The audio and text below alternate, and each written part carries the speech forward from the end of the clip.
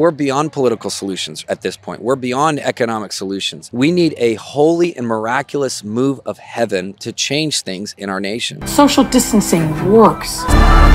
Stay home, save lives. Sean Feucht leading what's called Let Us Worship.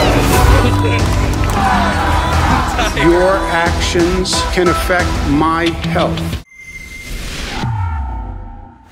Drea Humphrey here with Rebel News, reporting to you from Coquitlam, BC. It's a city located about 45 minutes from Vancouver, and it's not the first time we brought you news from here before. I brought you another report out of the city that relates to Christians.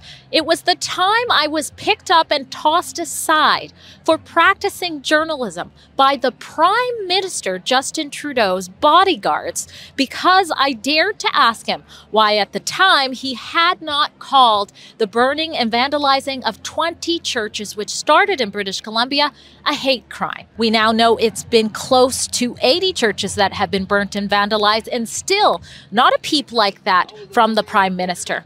But today, I'm here for a different type of report, where hundreds, possibly thousands, are about to show up to celebrate God, Jesus Christ, for the Let Us Worship protests that have continued out of lockdown. They were organized and led by worship leader and Christian singer Sean Feucht, who's going to be putting on a free concert here. He did one in Ottawa and Canada's capital, which had over 2,000 people. And he did it again in Calgary just the day before here, which would have been September 9th, and it had over 4,000 people. Feucht is known in the U.S. for standing up for religious freedoms in a big way. He was coined the #1 COVID violator in Washington during lockdowns, and even is the center of a tell-all documentary called Super Spreader. And he's here today to remind British Columbians the importance of sacred worship and why they never have to stop doing that again. Okay, it's on.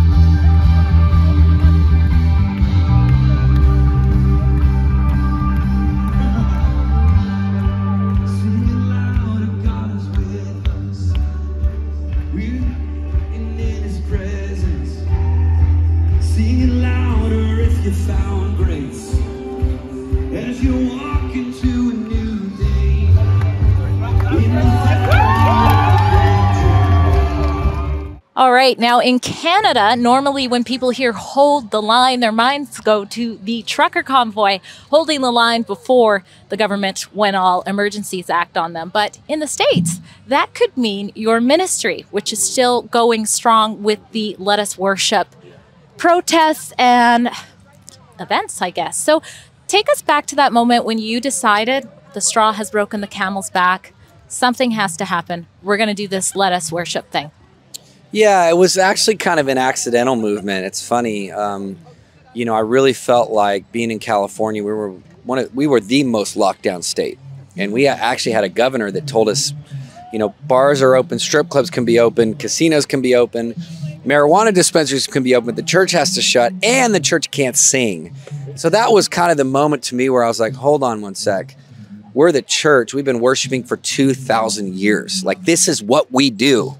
And we do it through pandemics. We do it through plagues. We do it through political strife. We do it through wars. This is what we do. So, you know, that was the moment for me where I just began to say, okay, we got to do something. We got to rise up. We got to remind people who they are, right? And so anyway, one thing led to another. It ended up becoming really the largest worship movement in 2020. We had the largest church service in recorded history in the world that year.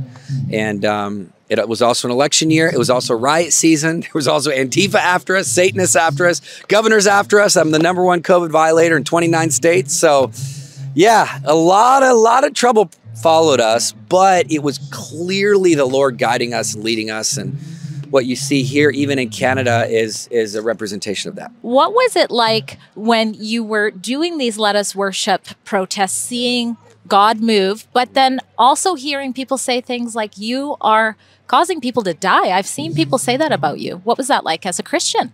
Oh yeah, they say worse stuff than that. I think any call of God, I tell people, if you want everyone to like you, sell ice cream.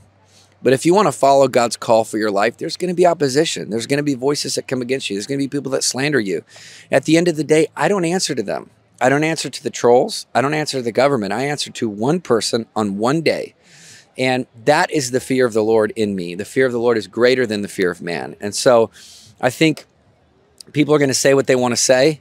However, you'll know a tree by its fruit. And as people have seen throughout the last 3 years, the fruit of what we're doing. I mean, you should have seen the pile of drugs on the stage in Calgary last night.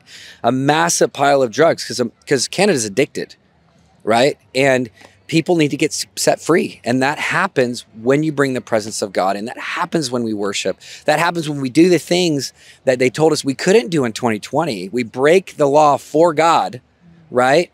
And we follow the Bible. We follow the word of the Lord.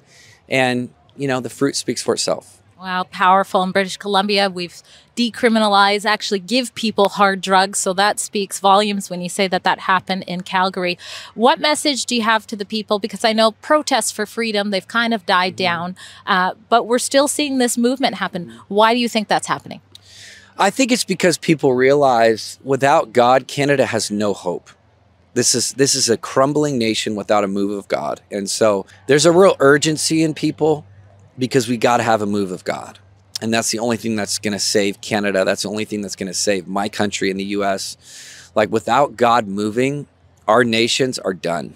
And so you see a lot of urgency. Like this is beyond, we're beyond political solutions at this point. We're beyond economic solutions. We need a holy and miraculous move of heaven to change things in our nations. And so what you're going to see tonight is that kind of hunger, that kind of urgency. So what we saw yesterday in Calgary, I know we're not in a pandemic. The government may not be forcing churches to close, but the urgency to have God move is still there. All right, last words. Where can people find out more about what's happening in your ministry, Canadians in particular? Yeah, so they can go on, obviously, Twitter, Facebook, Instagram, all the social media channels. They can look up my name, Sean Feucht.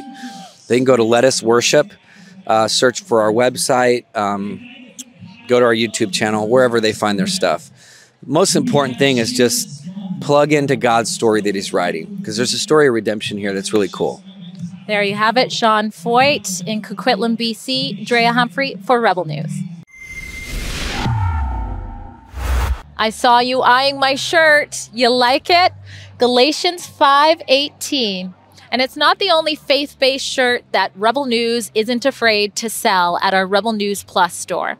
And don't worry, if you're not of Christian faith, there's many merchandise you can buy there, and everything that you do purchase there goes to help support our independent journalism, which brings you the other side of the story, which includes letting the public know about the persecution of Christians during lockdowns and more.